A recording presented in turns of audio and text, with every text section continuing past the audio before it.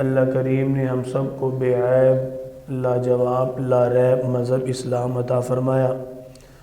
اللہ کریم کا ہم پر بہت بڑا احسان ہے، اس اللہ نے ہمیں بے عیب لا ریب شخصیت کائنات میں سب سے اعلیٰ پیارا پیغمبر عطا فرمایا۔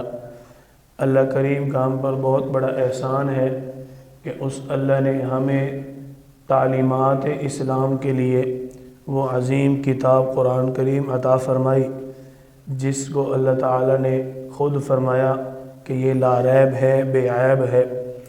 آپ صلی اللہ علیہ وسلم کی زندگی مبارک ہم سب کے لیے اسوہ حسنہ ہے۔ آپ صلی اللہ علیہ وسلم کی سیرت طیبہ ہم سب کے لیے مشعل راہ ہے۔ آپ صلی اللہ علیہ وسلم کی سیرت طیبہ ہم سب کے لیے ذریعہ نجات ہے۔ آپ صلی اللہ علیہ وسلم کی سیرت طیبہ ہمیں صراط مستقیم دکھاتی ہے۔ آپ صلی اللہ علیہ وسلم کی سیرت طیبہ ہمیں جہالت سے نکال کر ہدایت کی طرف لے جاتی ہے۔ آپ صلی اللہ علیہ وسلم کی سیرت طیبہ ہمیں گمراہی سے نکال کر سیدھے راستے کی طرف لے جاتی ہے۔ آپ صلی اللہ علیہ وسلم کی سیرت طیبہ حتیٰ کہ ہمیں پوری زندگی جینا سکھاتی ہے۔ آپ صلی اللہ علیہ وسلم کو اللہ تعالیٰ نے ہمارا پیغمبر بنا کر بھیجا۔ ہمیں اس نسبت کی لاج رکھنی چاہیے۔ اس نسبت کی لاج یہ ہے کہ آپ صلی اللہ علیہ وسلم جب معاشرے کے اندر پیغمبر بن کر آئے تو معاشرے میں صرف آپ نہیں آئے بلکہ آپ کے آنے سے انقلاب آ گیا۔ آپ صلی اللہ علیہ وسلم کی سیرت طیبہ ایک ایسا عنوان ہے، آپ صلی اللہ علیہ وسلم کی سیرت طیبہ ایک ایسا عملی نمونہ ہے، آپ صلی اللہ علیہ وسلم کی سیرت طیبہ ایک ایسا خوبصورت پہلو ہے۔ اگر ہم بھی آپ کی سیرت طیبہ پر عمل کر لیں تو ہماری بھی زندگی میں صرف تبدیلی نہیں بلکہ انقلاب آ جائے گا۔ آپ صلی اللہ علیہ وسلم نے دنیا کے اندر رہتے ہوئے ہمیں 43 سال معاشرتی اصول بتائے، 43 سال اخلاقیات کی دعوت دی، 43 سال معاملات کی دعوت دی، 43 سال حسن اخلاق کی دعوت دی۔ آپ صلی اللہ علیہ وسلم اپنی زندگی کا زیادہ عرصہ ہمیں معاشرت کی دعوت دیتے ہیں اور اپنی زندگی کا ایک 20 سالہ جو کہ کم عرصہ ہے اس میں تعلیم اسلام کی دعوت دیتے ہیں۔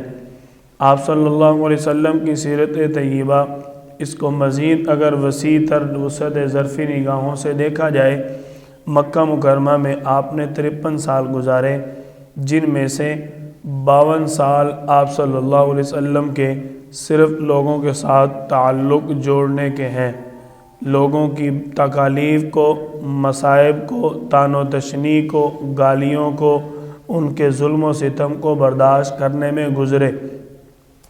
1 سال آپ صلی اللہ علیہ وسلم کا جو 52 سالہ، اس کے بعد آخری جو آپ کا 53 سال گزرا، آپ صلی اللہ علیہ وسلم نے اس سال کے اندر اپنے دفاعی اقدامات کیے، اللہ سے مانگا، اللہ نے آپ کو ہجرت کی اجازت عطا فرمائی۔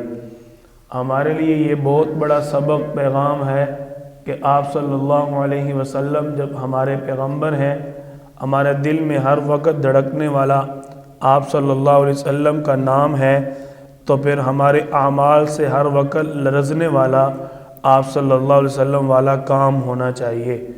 آپ صلی اللہ علیہ وسلم ساری کائنات کے سب سے بڑے محسن بن کے آئے، آپ صلی اللہ علیہ وسلم ساری کائنات کے سب سے بڑے آئیڈیل بن کے آئے، آپ صلی اللہ علیہ وسلم ساری کائنات کے سب سے بڑے لیڈر، راہبر، رہنما بن کے آئے، آپ صلی اللہ علیہ وسلم ساری کائنات کے سب سے بڑے پیشوا بن کے آئے۔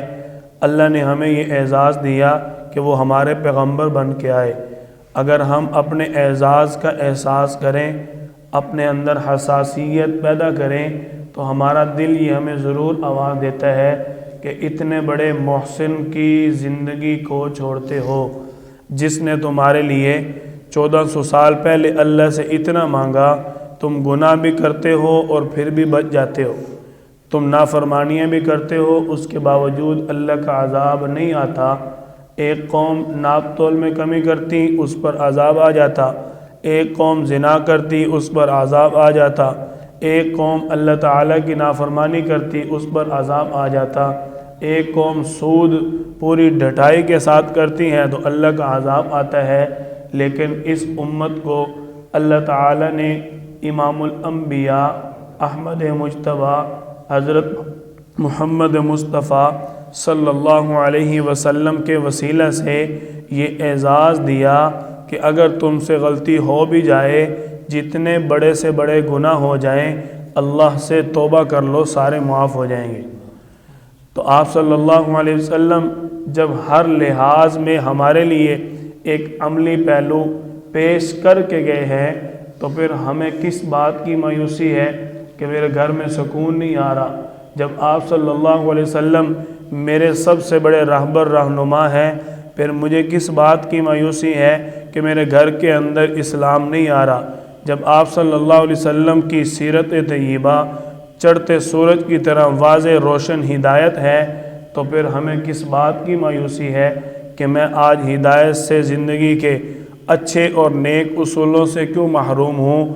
آپ صلی اللہ علیہ وسلم کی سیرت طیبہ ہم سب کی زندگی کا مطالعہ بھی ہونی چاہیے، ہماری سب کی زندگی کا عملی اقدام بھی ہونا چاہیے۔ ہمارے محلے کے اندر ہماری وجہ سے انقلاب نہیں آتا، ہمارے گھر کے اندر ہماری وجہ سے انقلاب نہیں آتا، ہمارے معاشرے کے اندر ہماری وجہ سے کسی قسم کا کوئی بھی حسن سلوک شروع نہیں ہوتا، تو میں کس نبی کا امتی ہوں اور کیا کر رہا ہوں؟ یہ بہت بڑا سوال ہے۔ آپ صلی اللہ علیہ وسلم میرے نبی ہیں۔ جب آپ آئے، جہاں سے آپ گزرتے تھے، انسان تو انسان، پتھر بھی بولنے کا شعور لے لیتے تھے۔ انسان تو انسان، پتھر بھی کلمہ پڑھنا شروع کر دیتے تھے۔ انسان تو انسان، درخت بھی جھک کر آپ کو سلام کیا کرتے تھے۔ تو ہم اتنے بڑے نبی کے امتی ہو کر اگر مایوسی کے شکار ہیں، تو یہ ہماری کم علمی اور کم فہمی کی دلیل تو ہو سکتی ہے۔ ہم اس کو ایک صرف مایوسی پر انحصار کریں، یہ بنتا نہیں ہے، کیونکہ ہر انسان اپنے گھر کے اندر ضرور سکون کا متلاشی ہے۔ تو اپنے گھر کے اندر سکون رائج کرنے کے لیے، اپنے گھر کے اندر سکون اسلام والا ماحول بنانے کے لیے سب سے آسان ترین، بہترین، عمدہ، اعلیٰ، معیاری جو طریقہ ہے وہ طریقہ نبوی ہے۔ اپنے گھر کے اندر سب سے بہترین جو ہمارا معاملہ ہونا چاہیے وہ ہمارا